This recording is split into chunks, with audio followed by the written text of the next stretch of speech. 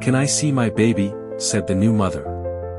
A soft bundle was placed in her arms and the happy mother opened the swaddle to see her baby's tiny face and was almost speechless with surprise.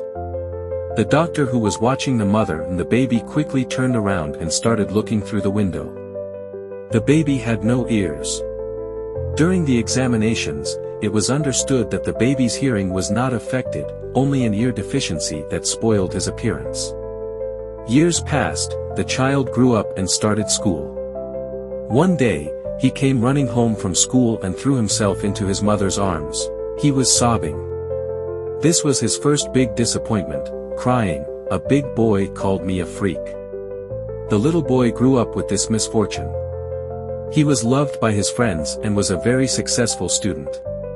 He could have even been the class president, if he had mingled with people.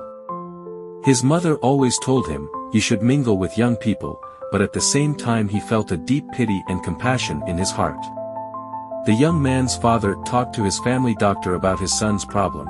"Can't anything be done?" he asked. The doctor, "If a pair of ears can be found, an organ transplant can be done," he said. So the search began for someone who would sacrifice their ears for a young man. 2 years passed. One day his father, "You are going to the hospital, my son, your mother and I have found someone who will give you your ears, but remember, this is a secret."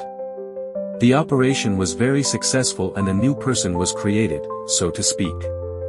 The young man, whose psychology also improved with his new appearance, achieved great success in school and social life. He later got married and became a diplomat. Years had passed. One day he went to his father and asked, "I have to know, who is the person who did me so much good? I couldn't do anything for that person." "I don't think you can do anything," his father said, "but the deal is final, you can't find out now, not yet." This deep secret was hidden for years. But one day the time came to reveal it. On one of the darkest days of his life, he was waiting with his father at his mother's funeral.